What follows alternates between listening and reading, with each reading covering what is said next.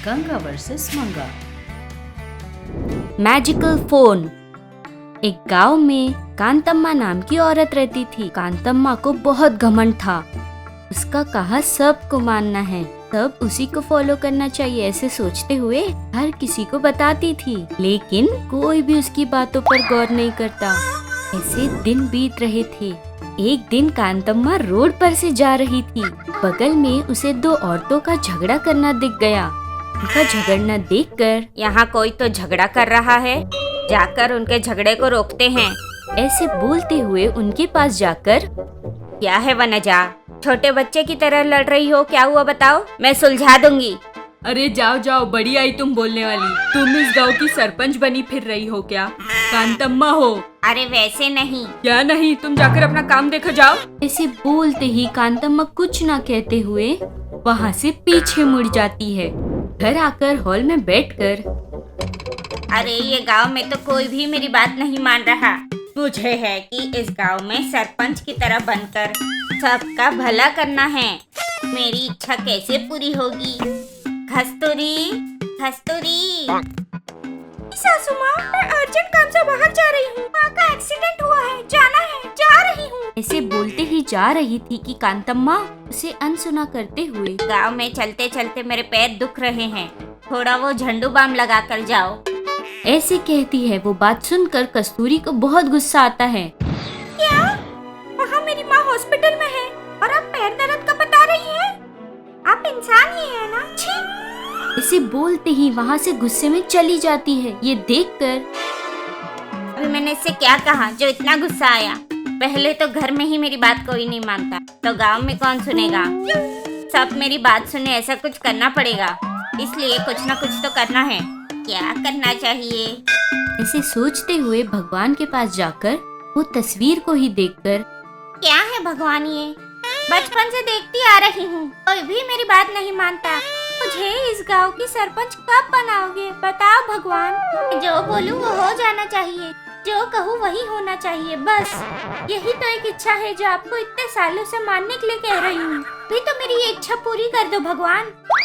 से आँख बंद करते हुए प्रार्थना कर रही थी। आंखें खोलकर देखते ही भगवान के फोटो के सामने एक फोन था। वो देखकर हैरान हो गई। हाँ, ये फोन कहाँ से आया?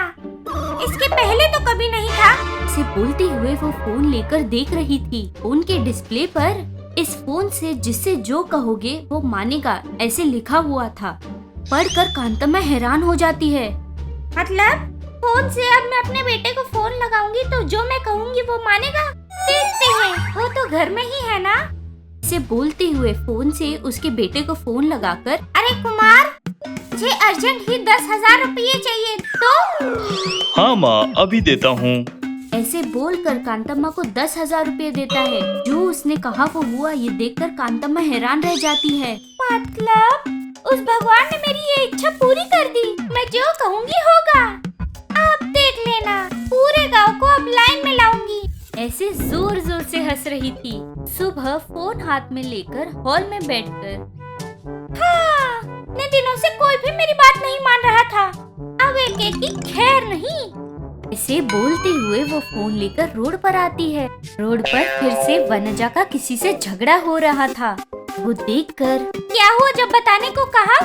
मैं क्या, तुम जाकर अपना काम देखो ऐसे कहा था ना? आज तो तुम्हें मुंह तोड़ जवाब दूंगी, देख लेना। ऐसे बोलते हुए नजा झगड़ा कर रही थी। फिर भी रंगम्मा उसका फोन नंबर ढूंढकर फोन लगाकर, हे, रुक जाओ, फोन आया है। ऐसे बोलते हुए फोन लेकर, हेलो, कौन है? कौन है ये सब छोड़, पहले जो तुम्हारे सामने है उसे जोर से खींच के एक थप्पड़ मारो। ऐसे कहती है। बस कांतम्मा के ऐसे बोलते ही वनजा अपने सामने वाली औरत को जोर से थप्पड़ मारती है। वनजा शॉक। ये फोन उसे दो। ऐसे कहती है। रंगम्मा फोन वनजा को देती है। वनजा फोन लेकर, थप्पड़ मार रही है तो तुम देख क्यों रही हो? उसके बाल पकड़कर उसे नीचे झुकाकर पीठ पे मारो। ऐसे कहती है। बस वनजा रंगम्मा का बाल पकड़कर उसे नीचे झुकाकर पीठ पे जोर जोर से मार रही थी। देखकर कांतम्मा नीचे गिरकर हंस पड़ी। बहुत अच्छा हुआ तेरे साथ। से हंसते हुए उनका झगड़ा होते देख बहुत खुश थी। ये सब दूर से देखकर गौर करती है कस्तूरी। क्या हुआ मेरी सासू माँ को? वो फोन कहाँ से आया? तो अपने आप में इतना क्यों हंस रही है? क्या ही हुआ होगा? ऐसे कहते हुए घर आती है। अजी सुनिए, 10,000 के लिए कहा था मैंने आपसे, दीजिए। वो नहीं है। नहीं है, कहाँ गए? समझ नहीं आ रहा। कल माँ घर से ही फोन कर रही थी, मैंने फोन उठाया था इतना याद है, उसके बाद क्या हुआ वो याद नहीं आ रहा। लेकिन सासू माँ के पास तो फोन नहीं है, कैसे किए होंगी? क्या पता। कुछ देर पहले उनके हाथों में फोन था, तो औरतों को झगड़ा करते हुए देखते हंस रही थी। क्या ही हुआ होगा? ऐसे सोच रही थी। ऐसे सोचते सोचते जरूर उस फोन में कुछ न कुछ था। आज ही रात को सब कुछ पता कर लूंगी। ऐसे उस रात सासू माँ के सोने के बाद फोन लेकर देख रही थी। कुछ समझ नहीं आता है। उस फोन से अपने पति कुमार को फोन लगाकर बाथरूम में जाकर जो बकेट में पानी है वो अपने ऊपर डाल लो, ऐसे बोलती है। कस्तूरी के बोलने से कुमार बाथरूम में जाकर बकेट में जो पानी था उसने अपने ऊपर डाल लिया। वो देखकर कस्तूरी शॉक। मतलब इस फोन से जो भी कहेंगे वो होगा। सासू माँ अब देखना, अपने आप को मजा चखाती हूँ। ऐसे बोलते रहती है। सुबह कस्तूरी सासू माँ के बाजू में एक फोन रखती है और उस मैजिकल फोन से उनको फोन लगाती है। नींद में थी जो कांतम्मा फोन उठाकर, हेलो सासू माँ, जो आपके बगल में कैंची है उसे लेकर अपने बाल काटिए, ऐसे कहती है। तुरंत ही कांतम्मा ने कैंची लेकर अपने सारे बाल काट दिए। वो देखकर कस्तूरी हंस रही थी। कुछ देर बाद कांतम्मा ने अपने आप को आईने में देखा। अरे अरे बाप रे, क्या हो गया है मेरे बालों को? ऐसे जोर जोर से चिल्ला रही थी। तभी कस्तूरी पीछे से आकर, सासू माँ क्या हुआ? ऐसे जोर से बुला रही थी। कांतम्मा नींद से उठकर अपने बाल को देखकर उन्हें पकड़कर, क्या ये सपना था? अरे शुक्र है, अगर सच हुआ होता तो मेरे पूरे बाल चले गए होते। ऐसे मन में सोच रही थी। क्या हुआ सासू माँ?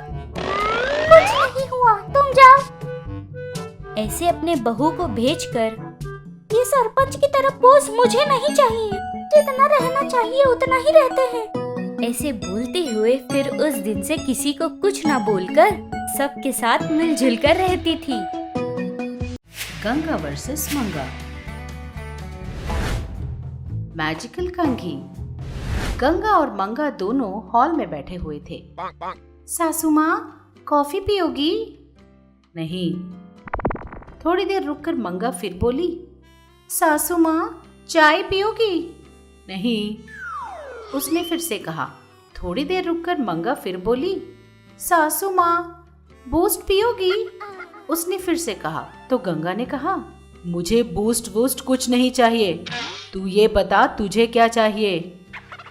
अरे अरे कुछ नहीं सासू माँ, थोड़ी देर पहले मैंने एक मूवी देखी थी, उसमें सास अपनी बहू से बोल रही थी कि हमेशा तू ही अपने लिए चाय कॉफी बना लेती है और कभी मेरे बारे में पूछती भी नहीं। ये भी नहीं पूछती कि सासू माँ आपको बूस्ट चाहिए या कॉफी चाहिए। जब देखो अपने लिए तरह तरह के पकवान बनाकर चाय कॉफी बनाकर खा लेती है, कभी भी मेरे बारे में सोचती भी नहीं। इस तरह वो डांट रही थी। आप भी कहीं उस सास की तरह मुझे डांटना ना शुरू कर दें, इसलिए मैं आपसे पूछ रही थी सासू माँ, ये चाहिए या वो चाहिए करके। ये बात सुनकर गंगा दंग रह गई। ओह अच्छा, मूवी में देखकर मुझसे पूछ रही है मेरी प्यारी बहू रानी। अच्छा एक बात बता, अगर जितनी भी चीजें तूने बोली हैं मैं अगर मांग लेती तो तू क्या करती? अरे मूवी में तो बताया ही नहीं कि क्या करना चाहिए। ये बात सुनते ही गंगा फिर दंग रह गई। तेरा पागलपन क्या कम था कि अब ये फिल्मों का पागलपन भी शुरू कर रही है? जाके ये सोच कि क्या करने से क्या मिलेगा। जाके बैठ के आराम से सोच, जा यहाँ से। तुरंत मंगा उठकर खड़ी हो गई। ठीक है सासू माँ, ऐसा बोलते हुए वहां से चली जाती है। ये देखकर गंगा दंग रह जाती है। ये नहीं सुधरने वाली, इस तरह सोचती है। अगले दिन सुबह मंगा हॉल में बैठी हुई सास के पास आकर बोली, सासू माँ, मैं शॉपिंग पे जा रही हूँ। शॉपिंग? अभी क्या खरीदने जा रही है? छोटी छोटी चीजें हैं सासू माँ, कविता भी आ रही है, दोनों मिलकर ही जा रहे हैं। ठीक है, जा, उसने कहा। शाम को घर वापस आती है। हॉल में बैठी हुई गंगा मंगा को देखकर, तू तो बोल के गई थी कि छोटी छोटी चीजें खरीदनी है, लेकिन छोटी चीजें खरीदने के लिए भी सुबह से शाम तक शॉपिंग करते हैं क्या कोई? इस तरह बोल रही थी तो मंगा थोड़ी उदास सी बोली, मुझे माफ कर दीजिए सासू माँ, मैं एक अच्छी सी कंघी को ढूंढ रही थी। क्या कहा? कंघी के लिए पूरा मार्केट ढूंढ रही थी? तूने क्या सोने से बनी कंघी खरीद दी कहीं, या हीरे जड़ी हुई कंघी ले ली? ऐसा कुछ नहीं है सासू माँ, पास वाली दुकान में कंघियाँ बिल्कुल अच्छी नहीं थी, इसीलिए मैं दूसरे शॉप से लाई, इसीलिए लेट हो गया बस। इस तरह बोलते हुए अंदर चली जाती है। अगले दिन सुबह नहाने के बाद हाथ में कंघी लेकर वो शीशे के सामने खड़े होकर गाना गाने लगती है। सुबह उठी हूँ बाल धोके, नए कंघी से बाल बना रही हूँ। इस तरह गाते हुए अपना नए कंघी से जल्दी जल्दी अपने बाल कंघी कर रही थी। जितने बार भी वो अपने बाल कंघी करती, उतने बार उस कंघी में फंसे हुए बाल टूट जाते। देखते ही देखते उसके कई सारे बाल झड़ गए। ये देखकर मंगा दंग रह गई। अरे ये क्या, मेरे सारे बाल ऐसे कैसे झड़ गए? क्या हुआ मेरे बाल? इस तरह टूटे हुए सारे बालों को हाथ में लेकर वो जोर जोर से रोने लगी। बाहर हॉल में बैठी गंगा मंगा की आवाज सुनकर, अरे इसे क्या हुआ, ऐसे रो रही है जैसे कोई मर गया हो। ऐसा सोचते हुए वहां से उठकर मंगा के कमरे में आती है। अरे मंगा, क्या हुआ? इस तरह पूछते हुए वो कमरे में आने लगी। अपनी सास की आवाज सुनते ही मंगा ने रोना बंद कर दिया और अपने सर को पल्लू से ढक लिया। सासू माँ, अब कुछ नहीं सासू माँ, वो दरअसल मैं फोन में वीडियो देख रही थी, जो आपने रोने की आवाज सुनी थी ना, वो मेरे फोन से आ रही थी। इस तरह बोले जा रही थी कि गंगा अंदर आई।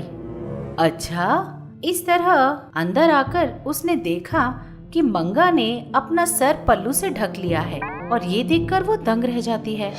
अरे ये क्या, तूने सर क्यों ढक लिया, क्या हुआ? तब मंगा थोड़ी हड़बड़ाते हुए बोली, हाँ अब कुछ नहीं सासू माँ, कुछ नहीं। इस तरह बोल रही थी कि गंगा आकर उसके सर से पल्लू हटा देती है।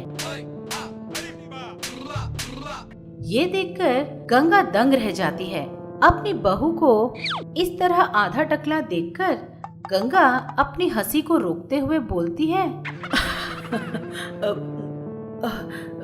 क्या हुआ? तेरे बालों को क्या हुआ? इस तरह पूछ रही थी तो मंगा रोना शुरू कर देती है। सासू माँ,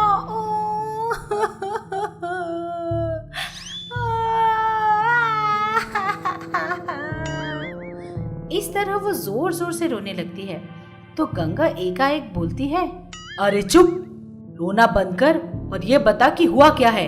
वो सासू माँ, कल शॉपिंग के लिए मैं बाहर गई थी ना, तो रास्ते में कोई मैजिक शो कर रहा था तो उसे देखने के लिए चली गई। उसने हवा से एक कंघी निकाली और उस कंघी से उसने एक पत्थर पर कंघी की। जैसे ही उसने उस कंघी से उस पत्थर पर कंघी किया, उससे बाल निकल गए। ये देखकर सब लोग दंग रह गए सासू माँ। इस तरह वो बोले जा रही थी तो गंगा बोली, ये देखकर तूने सोचा होगा कि वो कोई मैजिकल कंघी है और तूने अपना सारा पैसा लगाकर उस कंघी को खरीद लिया, यही ना? हाँ सासू माँ, उसने कहा था अगर इस कंघी से हम बाल बनाएंगे तो बाल नहीं टूटेंगे, ऊपर से टूटे हुए बाल भी वापस आ जाएंगे। इस तरह पता नहीं उसने क्या क्या कहा था। उसकी बातों पर विश्वास करके मैंने ये कंघी खरीद ली, लेकिन देखो तो मैंने बस एक बार इस कंघी से कंघी की, सारे बाल झड़ गए सासू माँ। उस आदमी की चुकनी चुपड़ी बातें सुनकर तूने ये कंघी कैसे खरीद ली? अच्छा हुआ, अब भुगत अपनी गलती को। उसने कोई जादू वादू करके तुमसे सारा पैसा ऐंठ लिया और उस जादू को रिवर्स करके तुमको ये कंघी दे दिया। अब देख सारे बाल झड़ गए। उसने कहा।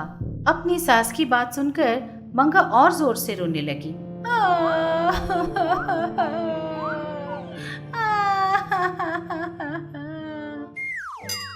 इतने में मंगा की दोस्त उसके घर पहुंची और हॉल में खड़े होकर मंगा मंगा कहाँ है तू? इस तरह बुला रही थी। उसकी आवाज सुनते ही मंगा का दिल जैसे रुक गया। इसे भी अभी आना था। सासू माँ, मेरी सहेली आई है, आप कुछ ना कुछ बोल के उसे यहाँ से भेज दीजिए। अगर उसने मुझे ऐसे देख लिया तो मैं तो गई काम से। गांव भर में वो ढिंडोरा पीट देगी इसी के बारे में। मुझे बचा लीजिए सासू माँ। अच्छा रुक। ऐसा बोलते हुए वो हॉल में आती है और कविता से कहती है, हाँ कविता, कैसी हो? हाँ आंटी, मैं तो अच्छी हूँ। मंगा नहीं है क्या? अरे वो तो थोड़ी देर पहले बाहर गई थी, नहीं है घर पे। अच्छा ठीक है, मैं बाद में आऊंगी आंटी। उसके जाते ही मंगा अपने सर को पल्लू से फिर से ढक लेती है और कमरे में ही बैठी रहती है। गंगा फिर से अपने बहू के पास आकर बोली, अरे इस तरह तू कितनी देर बैठी रहेगी? बाहर आ। ऐसी परिस्थिति में मैं कमरे से बिल्कुल बाहर नहीं आ सकती सासू माँ। जब तक कि मेरे झड़े हुए बाल वापस नहीं आ जाते, मैं इस कमरे से एक कदम भी बाहर नहीं रखूंगी। हाँ, मैं यही रहूंगी।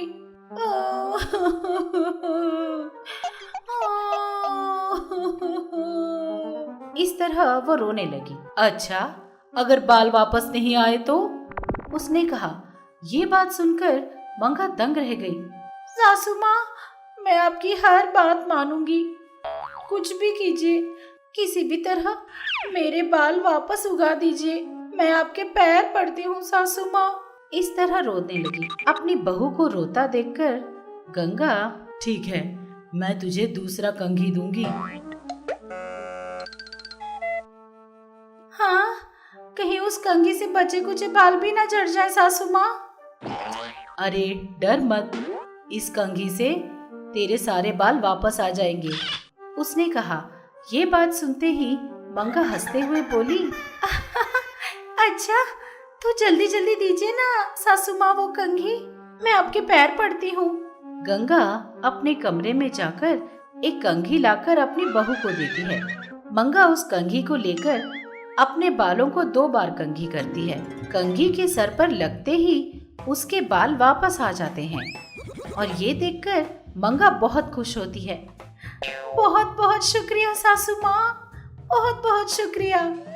इस तरह वो जोर से जाकर अपनी सासू माँ को पकड़ लेती है और थैंक यू बोलती है। हमें यकीन है कि इस एपिसोड ने भी आपको खूब हंसाया होगा, तो देर किस बात की, बजाओ घंटी और करो सब्सक्राइब।